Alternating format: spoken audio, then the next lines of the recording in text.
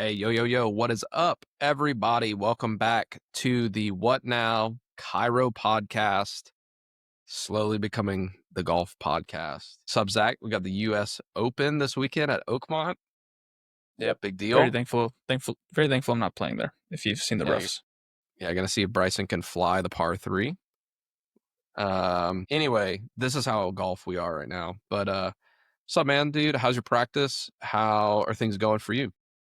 Yeah, practice is changing. I think we talked quite a bit last week, shifting into a new EHR, which has been great 1 week into that. And we are also now back to a 2-person team. So for a long time, we've been running myself as a chiropractor and 2 CAs.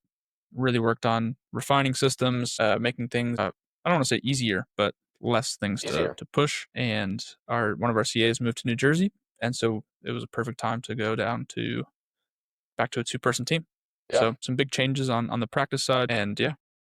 Dude, I think that's like, at one point it was me and like 2 CAs, and then at one point it was me and 3 CAs. And now we went down to like a 2-person team for like a while. Then we added Kate on, and there's 3 of us. And we ran lean like that, dude, for a long time. And now we have 6 people on the team. And that is a whole different beast, dude. And it's nice. It's a different beast. It comes with its own challenges, but it's been sweet, dude. It's been good. And you're in a good spot. And I would say that like for people like that are thinking about team or have a lot of team, what I've learned from people who have been like very seasoned in practice, it's really about the quality of your team members and not the quantity of your team members. Like you can have a bunch of team, and if they suck, then like if you have like 3 okay team members and 1 really solid team member, you'll basically be performing like the same. And that's kind of like what I had learned. So yeah, dude, it's good. Your practice is changing. Our practice is changing a ton, which is sweet. Pretty good spot, dude. Life is good right now. Life is good. Life is good. Really feeling a lot of joy. Yeah, same, dude. And that's why, well, you know why we've been feeling a lot of joy? It's the golf course. We've been golfing more, dude. Because no matter how bad life is, the golf course is always worse. Because except for that one shot that brings you back. That exactly, dude. Exactly. Like, no matter how hard you try and how much resistance you feel like you face in life, the golf ball will always be more resistible, because it's like I'm playing the shot, got the right club, check the distances. It really is crazy right. From like a sports perspective. I feel like, especially owning a business, golf has just some of the most extreme similarities. Why so? Why do you think?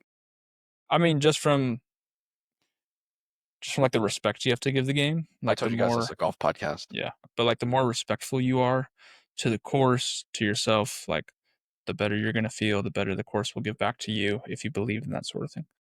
But then also, like from a swing perspective, the harder you grip the club, you think you're gonna have a lot more control over the golf club, but more often than not, you're just gonna hit really bad shots because you're just choking it out, compressing and choking it out. You know, like kind of what you were talking about, going to the range so many times. Like you just keep trying to make these micro tweaks, micro tuning here or there, trying to get every last little bit. And sometimes you just have to let the game display itself. It's gonna be more consistent, dude. Yeah. Yep. I know. And then, I mean, drive for show, putt for dough, right? It's great to have this huge drive off the tee, but if you can't putt, if you can't finish, what's the point? Yeah, you can have 80, 100 new patients a month, but if you don't retain them, then what's the point, right?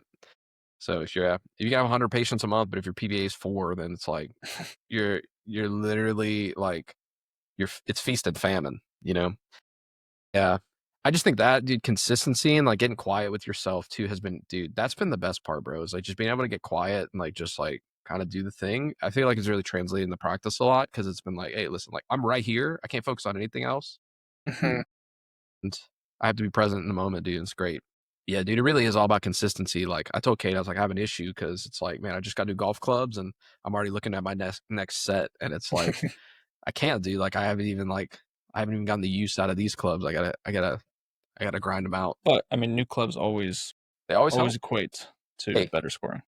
I will say, I got new clubs, played way better. I mean, there is some notion to it. Yeah. If you have a server-based EHR and now you have a cloud-based EHR, things are much easier. Things are much easier, dude. Like, yeah. if I have $100 set of clubs and then I have a $10,000 set of clubs, things are gonna be much easier. Maybe. Yeah. Well, it's the same thing, right, dude? If you have bad systems, like, it doesn't matter how, like, fancy Yeah. software you have, doesn't matter how fancy clubs you have, if your swing sucks, if your systems suck, if your communications suck, like, it's just all it's just fancy for no reason, right? You gotta have both. Yep. Yeah, the What Now Golf podcast has been good. Blame Zach. Zach is, I'm the Zach culprit. yeah, Zach's fault.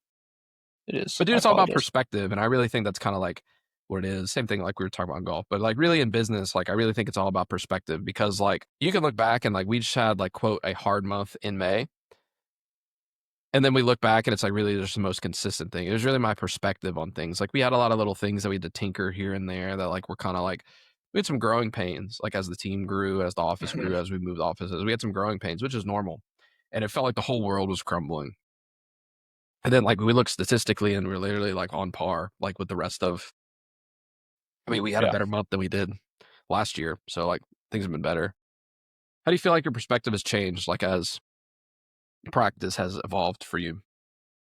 I think I'm still in the entrepreneurial roller coaster for sure, where it's like month to month, I haven't quite mastered the nervous system regulation, but at the same, which I don't know.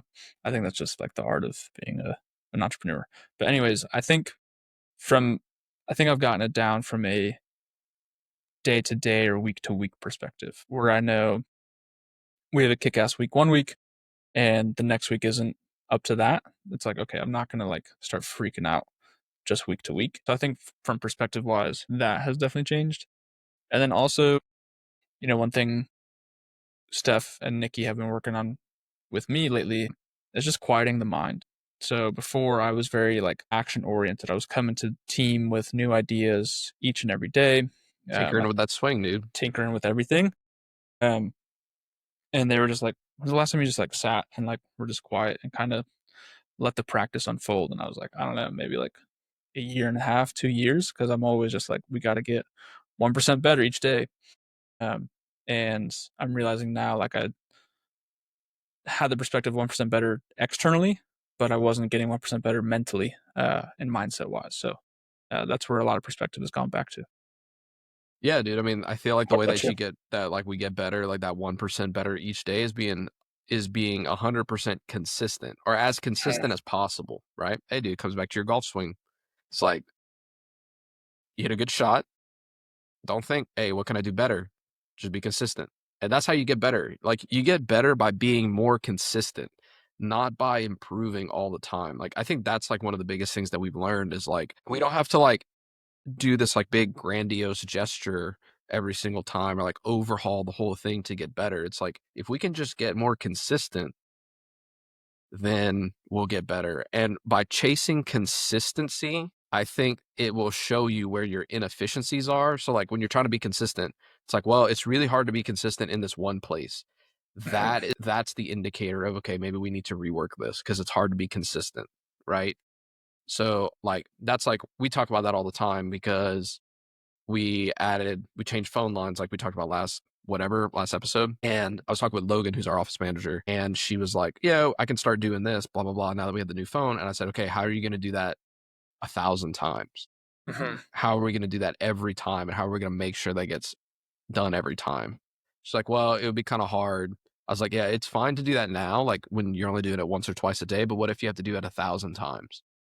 That's kind of the perspective that we have to look at it. It's like, if I have to do this for the rest of my life, can the system still work? Or like, would I miss if I try to add this to doing this every single day, every day that we're open, you know? So it's like, if we're going to buy a gift, like that's my biggest thing Mm. right now. It's like, if I'm going to buy a gift for a new patient, like the whole thing of like, what's your favorite drink?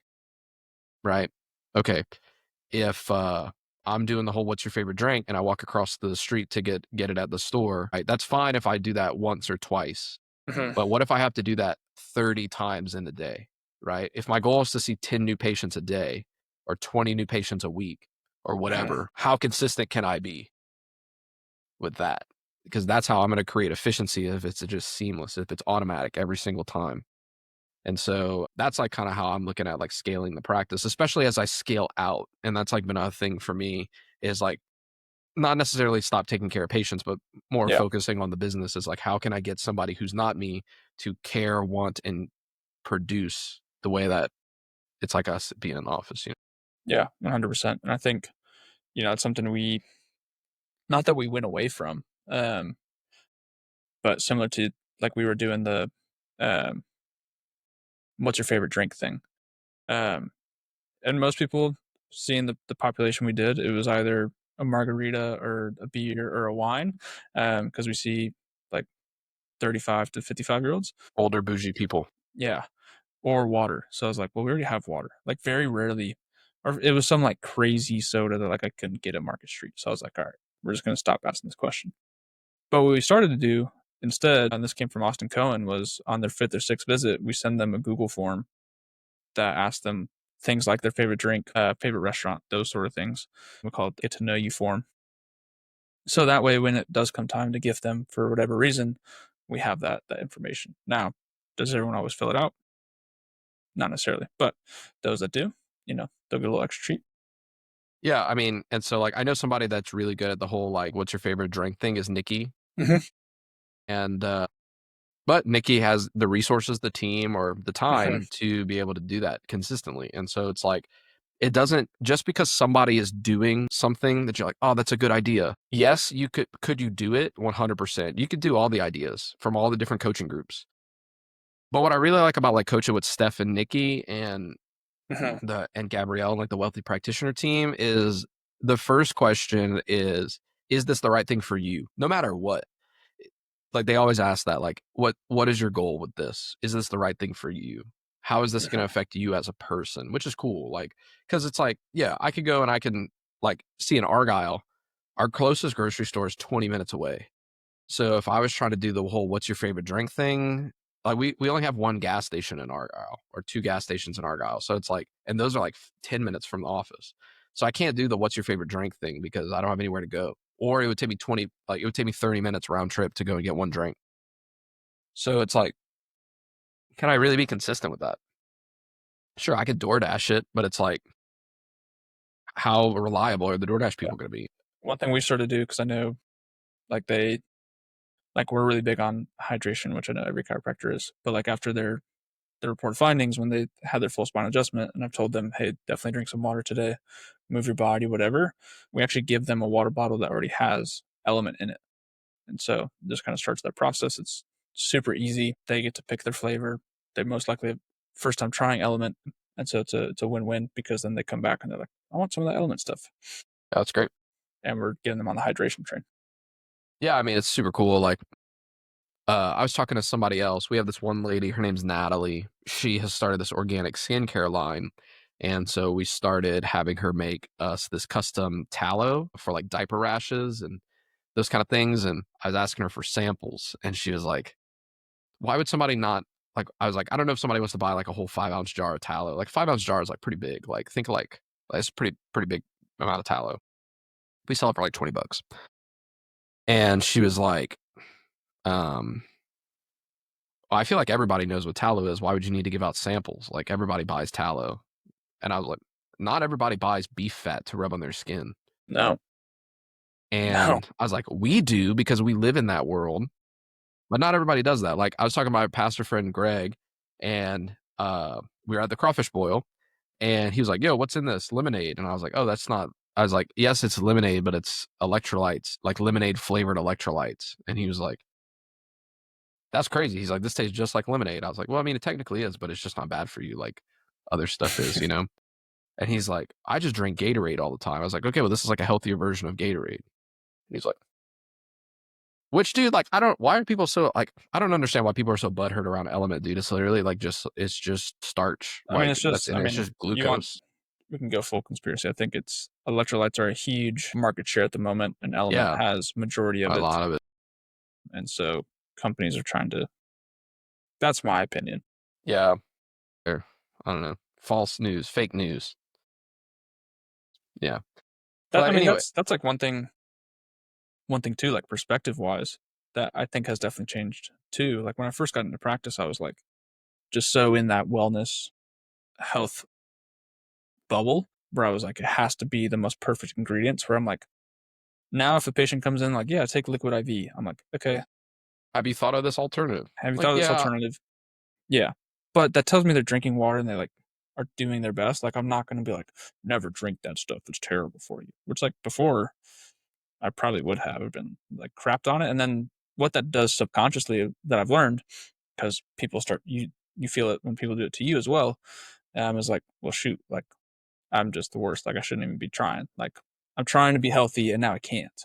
yeah, what you become when you say like that sucks or like you shouldn't listen to this person or all of those kind of things is if you want to be the trusted resource, you can't judge the things that people are already doing.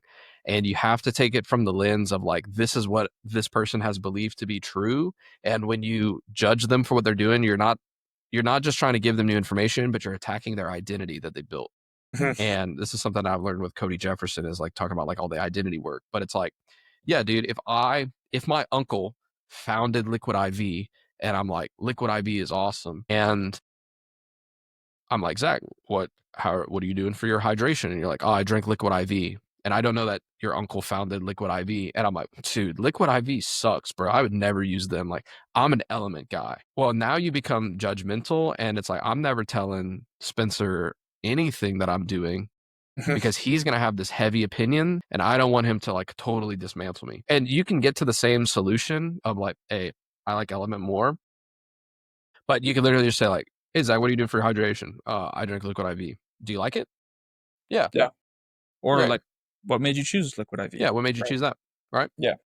And they're like, well, I've tried a bunch of different ones and this one seems to work the best for me. Have you tried Element? Yeah. I just thought it was kind of like too salty for me. So I like Liquid IV more. Great. Yeah. End of story. Like end of story. Same thing. Yeah. Like in the birth space, that's like a really big thing because it's like, how did you birth your baby? It's like, oh, I had a C-section at the hospital. It's like, everybody would be like, shame, you're not home birthing it naked in the woods. Shame. And it's like, well, actually, like I had an infection, so I had to do that or I was going to lose the baby. You're not going to shame them then. Right. Or if you do, but it's the same thing with like healthcare providers. I think like, especially because I know a lot of you guys that are listening are like younger chiropractors. And as you're starting to like network and like learn about your business, the biggest thing is that you don't want to be like, know what you stand for, not what you stand against that's like the biggest principle. Like, being like, hey, I'm the chiropractor. And if you're meeting next to the urgent care, be like, never go to the urgent care. They're going to poison you. Like, it just makes you suck, dude. Like, yeah. And then you have a patient come in with a DVT and you're like, dude, you need to go to the urgent care. And you're like, whoa. And they're like, you're a hypocrite. You've always told me to never go to the urgent care. Yep. I mean, I'll be honest. So, I mean, I was going to share this on my socials here in a little bit, but it's kind of a funny story. I basically got an ankle sprain, but in my teeth. What? Yeah. So I like mobilized my two bottom front teeth. But how I did that was you loosened your teeth? Yeah. So Blue, our sheepadoodle, will get toys stuck underneath the couch. And so he was looking for him for a little bit. And I was like, all right, I'll go help him. So as I was bending over to get said toy, he found toy and shot up. He bopped you. And he bopped me. And it like Morgan was like, I heard like the collision, but more so what I heard was like your teeth, like the bite down. It hurt bad. Like it was rough. And I had tons of swelling in the back of my teeth, and I was doing a lunch and learn at a dental office last Tuesday. And I was like, hey, I hate to do this. Like this just happened on Sunday. Like it was waking me up at 3 a.m. Sunday night, Monday night. I was getting terrible sleep. And I was like, can you guys take a look? They did some x-rays like right then and there, which is pretty cool. But they're like, yeah, you have what we call mobilized teeth. He's like, it's basically an ankle sprain of your teeth joints. I was like, that's crazy. Yeah. But I say all that to say the pain was so bad. And like after hearing that it was an ankle sprain, like one of the most important things to me from a health standpoint is sleep. And for the first time in 6 years, like my sleep was being affected because of pain. I took ibuprofen. Like I knew like there's nothing else I can do. Just wait this out. Shame, Zach. Shame. Yeah, shame on me. You're the worst chiropractor ever, dude. I know. It's just terrible. So I took ibuprofen for 2 nights. Slept great. But like this, like, and how I plan to like present that to patients and like my community is like, it wasn't covering up symptoms. Like, yes, it was like it was covering up the pain, but it wasn't like I'd been living with this teeth pain for the last 6 years and I'm just masking it every night. Right? Like I knew this pain was going to go away. I just wanted good night's sleep and took the ibuprofen. The biggest thing is like, okay, if you're walking down the street and you get shot, and this guy's like, "Oh my god, like I got shot." If a patient came into you and was like, "Oh my god, Doctor Zach, I got shot," and you would be like, "Dude, we'll lay down on the table because your body can heal. Your innate intelligence will heal that, dude." And you like adjust them. You're like, "Dog, you're like bleeding out on the table, bro. Like you need to go. You need some surgery because you have a gunshot wound." And like, not talking like just like little gunshot wound. I'm talking like if this person got shot in the chest and it's like serious, you wouldn't be like, Got to toggle "Dude, that atlas. gotta toggle that Atlas, dog." Like, hey, Which is, I think it's so funny as chiropractors that we always say like, got to toggle that atlas, and like none of us. 90% of us don't practice upper cervical. But anyways, Yeah, I digress. but dude, like that's what I'm saying though. It's like, man, like there's a time and place for everything, and this is what I tell people. It's like, hey, listen, like, do I believe that everybody needs chiropractic care? 100%, because uh, your life runs through and over your nervous system. Your nervous system is literally controlling everything. The biggest thing is we have to know, is it the right time for chiropractic care for you? For a lot of people, it really is the missing link because they've tried everything else. But we have to make sure that's the right time, dude. And that's why we scan. That's why we do good history. It's like being the doctor. Like, are you the doctor? And like, are you the doctor is not convincing someone that they need chiropractic care. Being the doctor is doing the right thing to help people. And that comes from a change of perspective, dude, because whenever I was like first starting out, I was like, everyone needs chiropractic care for sure, 100%. And I still believe that, but my perspective has changed of being like, maybe it's not the right time for you to get chiropractic care, or maybe like my style of chiropractic care is not the right thing for you. Like, dude, we had this one guy, bro, he had this like knee replacement, and I was like, dude, send me your blood work, because I was like, this isn't adding up. He was having like sciatica issues, Yeah. and I was like, Oh, this yeah. isn't adding up. And I was like, yo, let me look at your blood work. I was like, this, I was like, I'm not a blood work guy, but I was like, these things just don't add up to me, like logically. Like, I think you need to go and start like I was like, I think you need to go to the doctor, get an antibiotic, bro, because like something just doesn't seem right. Turns out they like take this piece of hardware out of his knee, and he has this like super rare aggressive bacteria that his body has been fighting for a long time. If he wouldn't have taken the bacteria, the antibiotic, he'd have gone septic in like a week. And it's like, dude, I would love to adjust you, but at this point in time, the threshold of your nervous system cannot handle the aggressive attack of the bacteria.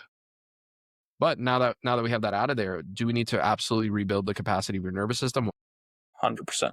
100%. And so like this is the right Yep. time for chiropractic care. And being the doctor is not necessarily being the one to get people cracked, it's the one to get people help. The I think that's kind of how the perspective has changed. And it's the same thing with the business, dude. We need to do the right thing in our business to help people, and everything else will kind of come. It's like just swing the club and you'll get closer to the pin, Right. right? Hopefully. Hopefully. Yeah. Have But definitely gone right quite a few times. I've definitely gone, I don't know if I've ever gone backwards. That would be crazy. I mean, I've definitely had uh the grass go further than the ball. 100%, dude, because I'm Yeah. taking good divot. If it's a good divot, though, the ball should be. Yeah. Nah, I know. But It's no, like me. I think 2.5 years into practice, close to 3, so much perspective has changed, and it will continue to do so. Yeah, what do you feel like is like, let's talk more about like business stats and stuff. Cause like, your perspective can change because you gain more like clinical experience. But like in terms of like the business ownership around Yeah. team, around finances, around marketing, all of that kind of stuff, how has things changed for you? I mean, I think a big thing. It's tough to admit, but I know there's someone out there that needs to hear this too. My new office manager, one of her tasks have been to like audit our wellness patients. Um, and so she audited quite a few of them. We have well over 100 people on wellness, so coming in once a week or every other week. But we have found probably 10 to 15. I don't know what the count is at right now, that were just getting like free care. Like they just never set up their billing. Well, they set up their billing, or their billing paused for a second and just was never followed up. But a point is, like, for so long I was chasing the patient visit number as like the key stats. And what my staff would start to do, because I was like, we got to hit 150, we got to hit 150, they would start booking wellness patients twice a week, because they'd be like, oh, like, do you want to come in again later this week? We're so close, we're at 148. And so we recently had a patient who hadn't been in like 7 or 8 months, and Piper did an audit, and he was 33 visits over what he had paid for. Sheesh. And I was like, that's terrible. And I had no pulse of it, because all I really cared about was the patient visit number. And looking back, I'm like, wow, that's no reason our OVA and LTV was just so bad. And now our OVA and LTV is where it should be, Getting better. and getting better. That's definitely just simple audits that team or you can do as a business owner. Yeah, what's your strategy to like stop that from happening in the future? Because we had that problem too, and I mean, depending on what you say, I'll tell you how we fixed it. The quickest way was we just started including boost visits. So people didn't know they could come in a second time, because we didn't tell people they could. But if they wanted to, it's just $50 flat. And then I need to raise my boost visit price. And then two, we've really just started to just keep better track, better logging. And so that's something we look at. Yeah, every other week, once a month. I used to like really get in the roller coaster of how many visits are on the schedule. I'm talking like used to, as in like a couple weeks ago, like last month, 2 months ago. And so I used to get in that roller coaster. And what I started, and I realized I was like, I would feel like a failure if my visits would go down. Like, say, oh, I saw 300 this week. I saw 290 last week. Yeah. What happened to my 10 visits? Yep. What I really started to care about more is the percentage of utilization. So we have this huge audit where it says everybody who's under active care. And I started making my goals based off of our audit, not based off of patient visit numbers or collections or all of those kind of things. Off of like the numbers that I track in the audit. So in the audit, we track how many active care plans we have, how many visits come from those active care plans, what our monthly collections are off of those. And then we say we do the same thing for wellness. How many people are under wellness? What's our monthly recurring revenue from wellness? How many people are on weekly? How many people are on bi-weekly? How many people pay on the 1st of the month? How many people pay on the 15th of the month? And all of those things. And so then based off of all of that, like let's say I have 100 people on wellness and I have 10 care plans. I have 110 people. Say that accounts for 200 visits, because they're coming in once a week, and all the other, say it's 150 visits. I care more necessarily about our utilization rate than I do the number on the schedule. So like if my audit is saying I should be seeing 150 visits minimum. Not everybody's going to make it in, because people have kids and they have school, they have a trip, they get the flu or whatever. But I care how close can we get to that number, right? It's like in golf, right? I have a 300-yard shot. I care about how close I can get it to 300 yards, not necessarily if I'm getting it exactly at 300 yards. If I hit 295, that's fantastic, right? So I care more about my utilization rate. All right. Or really in golf, like I care more about how accurate I am. If I had 250 yards in the fairway versus 300 yards into the rough, I have a way better shot coming out of the fairway than I do out of the rough. So the same thing. It's like, so if I have 150 visits on our audit and I have next week, I have 148 visits booked, I'm happy. Because my office will grow, because I'm making sure that the people who are signed up for care are ready to be fulfilled. And then I just add new patients and I just keep doing that. And that's our cycle. So I care necessarily more about our utilization, because that's our retention. And based off of if we just retain everybody. And so then I'm making my goal. It's like, okay, I want, our next goal is like, I want 350 accounts active. So I want 350 people under care. And I want my monthly recurring revenue from wellness to be 40K. That's like our next goal. And so I'm working to that. So instead of me saying, I'm trying to hit 80K a month, 60K a month, 30K a month, how can I just build my foundation a little bit bigger? And Mhm. that will give me more stability. So where then when my bad months are bad, they'll still be good in perspective. Like we had to quote a down month because we had all flagged by spam and stuff, and we still did 60K because our monthly recurring revenue is like 56K. There you go. I know when I wake up, and that stops me from getting in that month to month roller coaster of like I did good last month and I don't know where it's coming from the next month, and it Mhm. like keeps me more regulated. So I started making my goals and decisions based off of my recurring numbers and my foundation, and specifically my wellness base, because that's the end goal for everybody. So I started making goals and decisions based off of our wellness care and our wellness audit. How do I want to grow that? And if I grow my wellness audit, well, then everybody has to get to the journey to get to wellness. So then if we're doing all the other things to get people to wellness, then all the Mhm. top end stuff happens. And I really care more about the bottom of the funnel. Yep. So that, dude, Nice. that's helped us a ton, dude. When I started like making decisions based off of our wellness people and our wellness visits and modeling everything toward our wellness, Mhm. even though they're coming in less, it's been so much better. Like we've just seen exponential growth, more internal referrals, more Google reviews, people staying longer, all of those kind of things. Like guaranteed recurring wellness revenue. I sleep better at night 100%. I think versus I just new patients in the door. yeah, and that's same thing for us back in August of last year. I was like, we have a wellness issue. Like we just have too many new patients coming in, but one, how many of them are making it to a transition report or like a wellness report? And then two, like how many are converting? And Yeah. things just drastically flipped Yeah. once you So start like focusing on that. to give people's perspective, like on us, what to end this episode, what do you feel like at this point, 2.5 years, almost 3 years in for us, and with this change of perspective, what do you think is the, I think it's just what do you think with an F, what do you think, What am I thinking? yeah, I think, what do you think is your, that you're doing well right now, like what's the best part about your practice, like what are you crushing it at, and then what do you think is your biggest bottleneck?